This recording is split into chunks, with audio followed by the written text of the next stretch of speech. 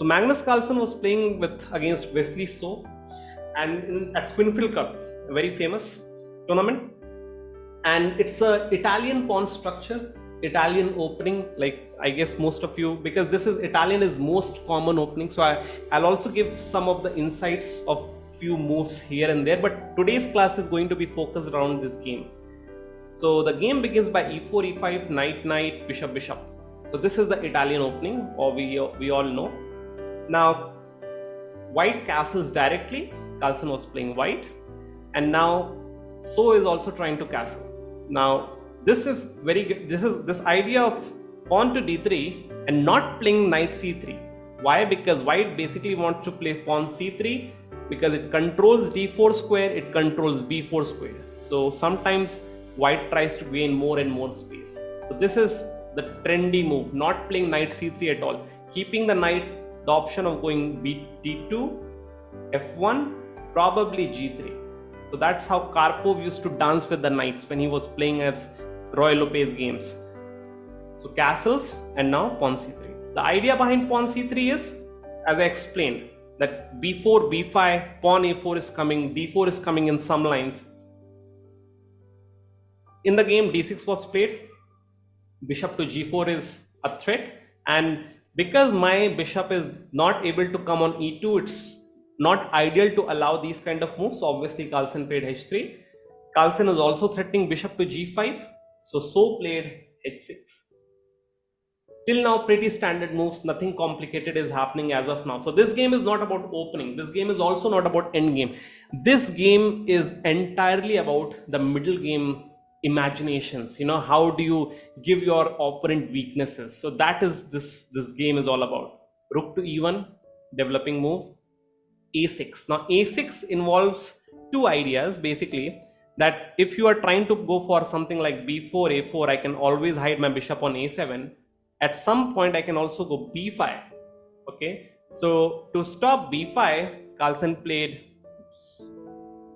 a4, and now because already Carlsen has played a4, so maybe So played a5. Now this is one of the questions which many students ask me, that why did So played a6 and then again wasted a move to play here? Because this is very trendy move which people at the top level play. You can also play something else. You can also play bishop e6. That's also fine. The idea behind a5 is just to stop b4, to not allow white to gain the space advantage. So very small things are being taken care of here. Nobody is trying to go for any checkmate ideas or something. So now developing move, knight here. The idea is the way I explained, knight f1, knight g3, and try to control this square. So something like knight f1, knight g3. Karpov used to play knight h4 and put one of the knights on f5, so that even if you capture one of my knights, I'll bring the second knight on f5. So that's how, like, if you might check out his games, Karpov games, very beautiful Spanish games he played. Bishop e6 was played. Now capture of bishop is very common here. There's nothing wrong in that. B into e6, f into e6 can happen, and there will be, as I was saying, suppose if we kind of insert the move. Now this structure is something, it's a cluster, it's a double pawn plus a chain. Okay, so that's what I'm saying. Understanding of these small nuances are very important. Now obviously if you capture, the game will go on, but Carlsen wanted to keep some tension on the board, so he played bishop e5. And now knight to a7. Now again, what do you think, what can white play here? So you have to focus on the last move, and now you have to focus on, there's something, change has happened on the center, and now it's white to move, and white can do something. Pawn d4. Exactly. Because the knight on c6 was kind of controlling the d4 square, the moment knight moves from c6, we have the break. So it's very important to understand when to take break. The pawn breaks should happen at the right time. Now obviously if you go d4, knight takes bishop, we will take their bishop, and the game will go on. But there will be some imbalance, the structure will be slightly changed. White will be advancing towards center. d4 takes, and now the thing is, after takes, black goes back, and next question I want to ask you, should white worry about the pawn, or should white just follow up with the normal developing, something like pawn b3 to stop the bishop, and maybe knight f1, maybe knight g3, or should white just capture this thing? As of now, should white worry? Because suppose if you just play pawn b3 or something, pawn b3 let's say, and if he captures, what can white do? White can do knight into e5. So again, very small structures have to be understood. Something like pawn b3 takes, and now the structure has changed. If you now analyze the pawn structure from both sides, what do you think, who has a better pawn structure? White is having a better pawn structure, or black is having a better pawn structure? White is having a better pawn structure, because every pawn, one pawn on one file, good thing for me. Two pawns on one file, I never want that. So there is again a cluster after pawn to b6, and the game will proceed, but there will be a lot of light square weaknesses. So whenever the pawns are on dark squares, light squares are very weak, and vice versa. Whenever pawns are on light squares, dark squares are very weak. In the game, however, rook to e8 was played, and now maybe rook is protecting, rook is x-raying on the pawn, so rook is protecting the pawn somehow. Pawn into d6. And now I want to ask everyone, all three of you, I'll be happy if you can answer in the chat personally to me, how should black recapture? Kind of make this discussion more interesting, because I know, again, having the idea of pawn structure is very important. What happens if you capture by the pawn or by the queen? Suppose if you capture by the pawn, ultimately this is a backward pawn on a semi-open file. And now the point is, you want to play pawn to d5 at the right time, and I will stop you by playing c4. And then I'll play knight b1, knight c3, bring this knight on h2, f1, e3, and put both the knights on the square. And I will never allow black to play pawn to d5. And the moment this happens, this is going to fall, because I'm having dark square bishop to attack it, and I'm going to have batteries connected on the d file, and this pawn will fall. The moment the pawn falls, e pawn becomes weakness. So that is the main theme, to have this idea of how to not have backward pawn for me and how to give backward pawn for the opponent. We need to develop a piece. Yes, that's kind of correct, that you kind of if you go by that logic, you bring out a queen, and the queen gets developed. But more importantly, the main motive for here to understand is that pawn captures on d6 is never good for black, because Sir, but still we can defend the d5 square, right? We have bishop there. Yeah, but the point is, see, why am I not allowing you? So the moment you will never be able to play this move, right? Even if you capture me one time, other knight will again sit here. Even if you capture, maybe the queen will sit here. So the d pawn is going to be a permanent weakness, and eventually it's going to fall. Also the rooks will be connected. Yes, so Maxime is also right. The rooks will be connected, and eventually the pawn on d6 cannot stay there forever. It is going to fall. There will be some tricks as well. Maybe he'll try to double it up, and maybe there will be some knight e5 ideas as well coming, or maybe some c5 ideas will also be involved, because this pawn will eventually become a pin, because the queen will also try to go on d7. We'll have pressure on the d file, and the pawn on d6 will become under pin. So we'll have some tactical plans like knight on e5, pawn on c5, something like that. In the game, queen into d6 happened, and now the game is very equal. The game is very equal here. Nothing much is happening. Identical pawn structures. If you look at the pawn structures, 3 pawn on the queen side, 4 pawn on the king side, and okay, nothing much is going on. So here again we have to figure out a tempo move on the black. So because the queen has come out on d6, white can play bishop a3, gaining a tempo on the queen, c5, and now again a tempo, knight c4. Now the thing is, I have already told that double pawns are the worst thing ever. So here Carlsen deliberately gave himself double pawns, and that is why I love this game so much. After takes, takes and takes. Now the idea is, why will then world champion give himself a double pawn like that? So the thing is, something has changed right now. You know, the pawn was on b3, it has shifted to c4, and whenever a pawn goes away from a file, that file becomes open. So if I remove a pawn from a file, that file becomes open.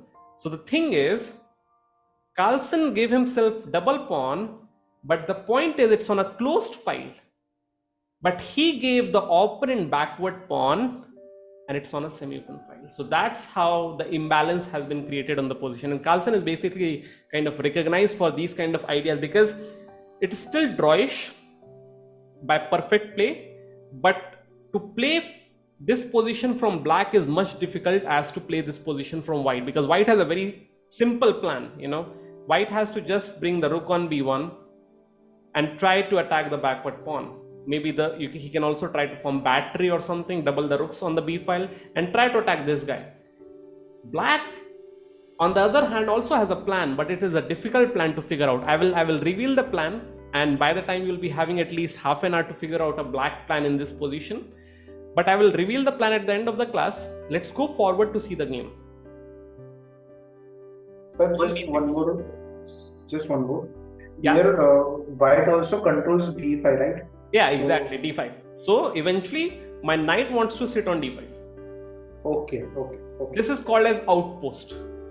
Right. Outpost means a square which is outside your camp. Outpost, which no pawn can kick you. So no pawn can come and kick this knight. So this becomes a very powerful square for the knight to sit. Usually sometimes bishop sits, sometimes rook sits, but if you are having a knight, just sit with the knight. It's the best square ever. Now Carlsen will do that, and you have to understand how do you get to d5. So one route can be h4, f5, e3, d5. Other route can be, in the game what happened after h4, opponent played g6 to stop f5. Then Carlsen played something like this, knight g2, there and there. So you have to understand how these maneuvers happen. The game continues. b6, again the backward pawn that I was talking about in the game. Knight h4 to do the maneuver. So see, the point is, white can take infinite number of days to attack on backward pawn, because this pawn will never see future. This pawn is never going to come out. And white can just relax, you know, white can just take as long as white wants to maneuver their pieces on the best possible squares and then shift the rook on the b file. That is the advantage you get whenever your opponent has a double pawn. So knight h4, g6, okay, rook exchange is forced. f3, because the threat is, if I go knight f5, there's a small tactical threat. Anyone can even speak. What's the threat here? If I just go knight f5, going to my own plan, you know, knight f5, e3, d5. There's a small threat here, what black can do. Exactly, so Maxime figured out. So the idea is, after knight f5, rook into rook, and knight e4. So that's a small thing that you have to take care of. So pawn f3 was done for that reason. g6 is now played to stop f5, and now g3, because you have to come to g2, e3, d5. Knight h4 attacking g3, and now you have to kind of understand, you know, obviously the king has to go to f2 or h2, but it's important to understand that one square is better than the other. You cannot go to g2, obviously, because that is where you want your knight to come. Okay, so you have to figure out why f2 is slightly better than h2, because When the queens are not there on the board, then king is safe even when there are some open files or ranks or diagonals. But when the queen is there, then h2 will be safe. If the queen is not there, then f2 will be safe, because we are going towards endgame. So the king might also come in the game very quickly. Okay, so it's important for us to understand why f2 is slightly better. And the game continues. The bishop on a3 is just useless. So again, where do you guys think that bishop will be well placed? a3, it's doing nothing. It has done the job of attacking the queen, but now it's doing nothing because it's kind of blocked. So the bishop can be activated by e3. Attacking on h6. Exactly. So you achieve that by coming back, and then potentially you want to go here to kind of centralize your piece. That's what I'm saying, Right now, white is not even focused about the weakness, because white is just trying to maneuver the pieces on the right squares to prepare the army to launch the attack. So e3, and now there's a small problem that e3 belongs for the knight. So I wanted to go g2, e3, d5. I cannot do that right now. So let's see the game. Rook takes, and other rook exchange is offered. Now again, very important situation, very important move right now in the game. White has to make a decision if rook into d8, knight into d8 will be good for white or good for black. So who will be more comfortable after exchange of rooks? So the way to understand this thing is, your weakness is on a closed file, which the rook can never attack. But opponent's weakness is on an open file, semi-open file, my mistake, which rook can attack. So keeping a pair of rooks is good for white and not good for black. So rook b1 was played, and rook b8 was played as defense. And now in this particular scenario, that's what I was just talking about it before. Whenever you try to attack the backward pawn, you also make this pawn under pin.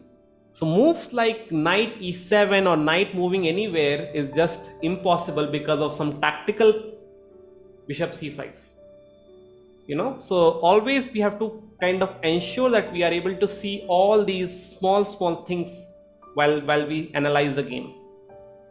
Knight g2 was played, so obviously e3 square has to be vacated, and bishop has to keep an eye on the pawn structure, because eventually it wants to attack like this. So maybe king e2, bishop f2, knight e3, d5. Let's see what happens. Knight goes back, doing nothing, and we achieve this structure. Now finally the knight is going to be on d5. The question I want to ask you is, can I go knight d5? Because knight is the only piece defending c4. So won't it take me? You can go on d5, because by going on d5, he won't be able to take you, because you are attacking their own knight. So whenever you try to make these decisions, you have to always make sure that you understand these things, that okay, the question was that going on d5 will hang c4 for a moment. That's correct. But when you are creating bigger threats, then smaller threats don't matter most. Okay, so after going d5 and into d5, we can take by the c pawn, and that's how the game actually proceeded. Okay, so we reach the critical situation now. Bishop into c5 is a threat, direct threat.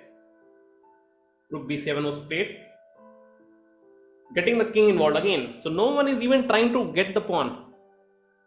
We are just pressurizing on the pawn, so that no one is even trying to take pawn or something.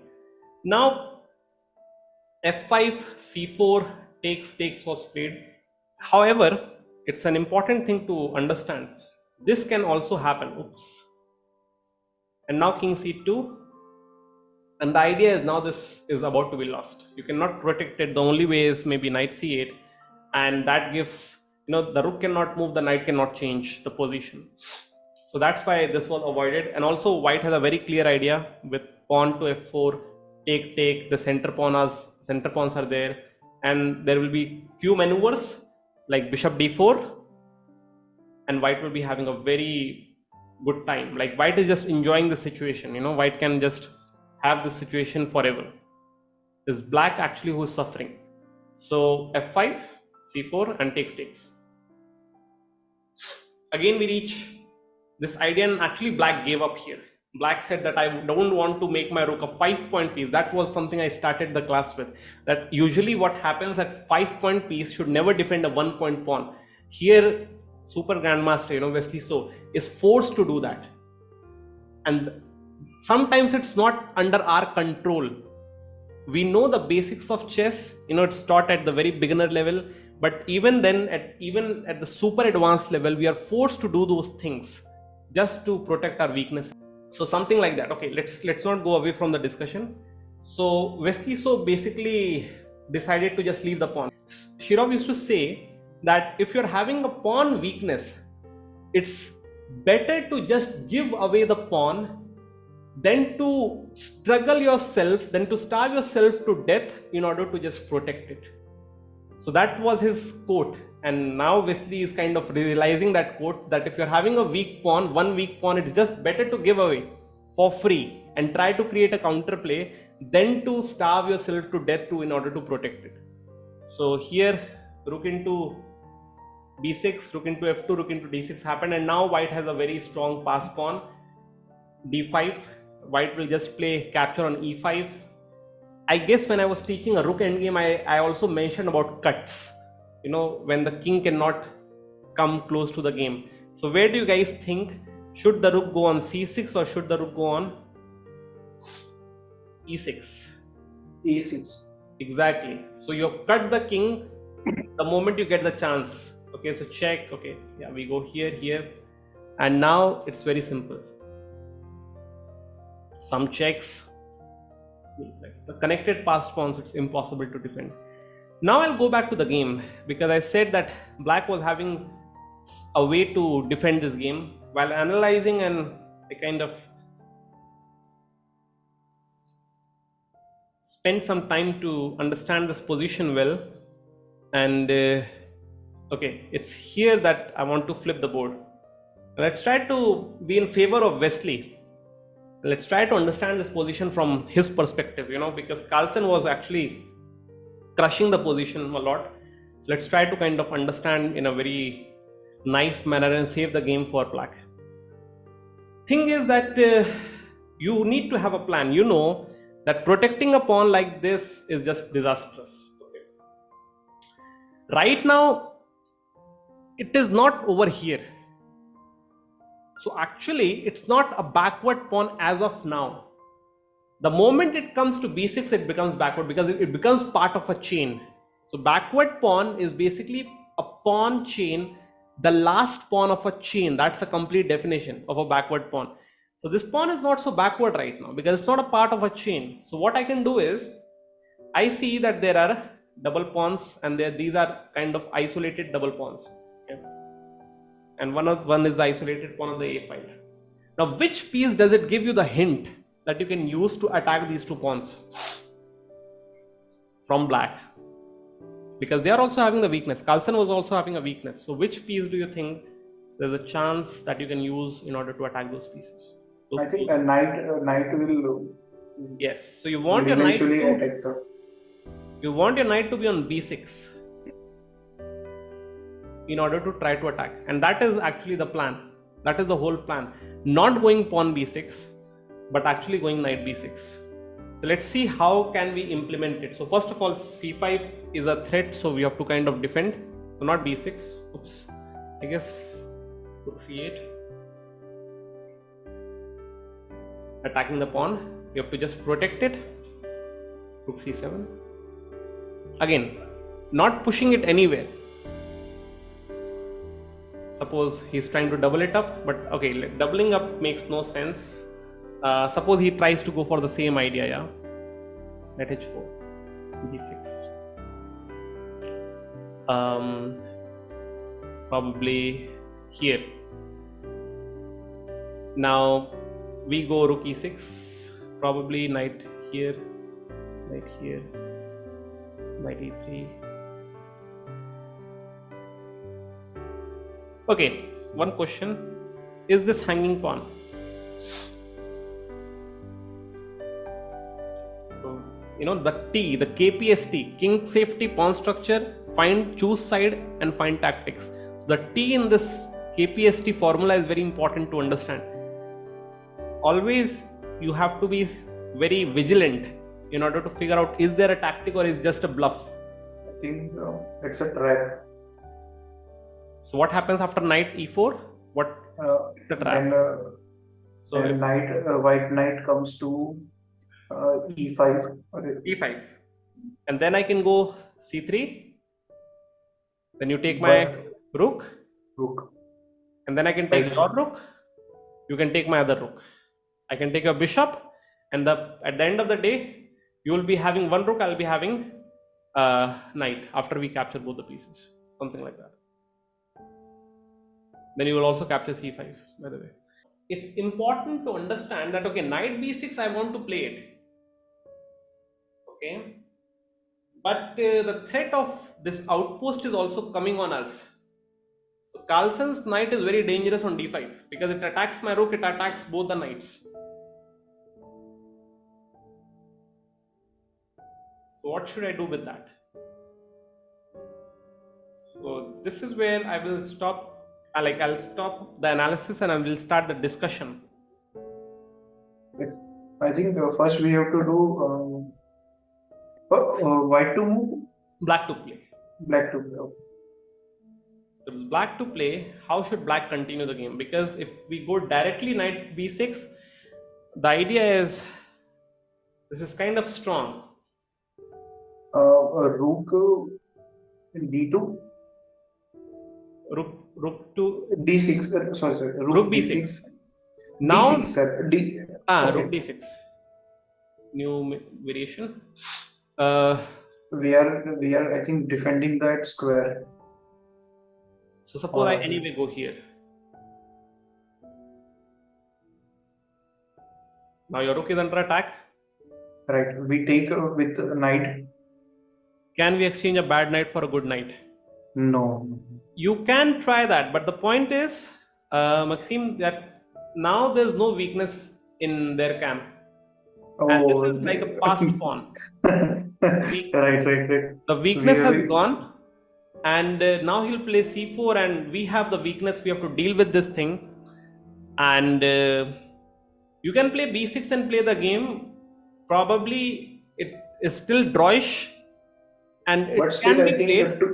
Two connected pawns, right, in the middle. Yeah. Suppose c4 he'll play something like we can go something like coming back a bit, then playing knight to d6 to block the pawns from going forward. So whenever there's a passed pawn, always you try to put the knight to block it, and you will have. But eventually the point is, how will you play b6? So some slight. I mean, black is not super happy, but I think black is doing fine. I know that, if c6 comes, if this happens, I have a free pawn. Suppose if they try to keep more pressure on me, new variation, I can just try to attack them. f3, and I can attack here. So what I'm doing is, currently I'm trying to activate my pieces. Bishop is under attack, bishop goes back, and probably I think, because it's very funny, nobody can attack my knight. It's outpost, right, for now. And now I can just play b6, something like, maybe here I go b6, and nothing will happen.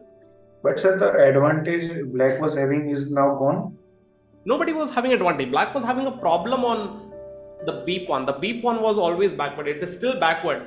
But now black is, earlier, if you remember the piece placement, the pieces were like this. Rook was behind pawn, knight was over here to defend. So it was passive defense. Now this is active defense. Right. So that was, maybe this is kind of a way that could have been followed. I'm not so sure if computer likes us, or maybe even the computer's thinking that we are some fools just trying to discuss a position. So let's see. Computer actually likes us. So it's 0.06. It's kind of a drawish line. So this was just introduction of backward pawns. And backward pawns are kind of not so good to have. And if your opponent has that, what you can do is, you cannot try to attack it right away. eventually you will try to figure out that first of all you have to improvise your pieces. You have to bring your pieces on the good squares and then try to attack the pawn. That's what happened in the game.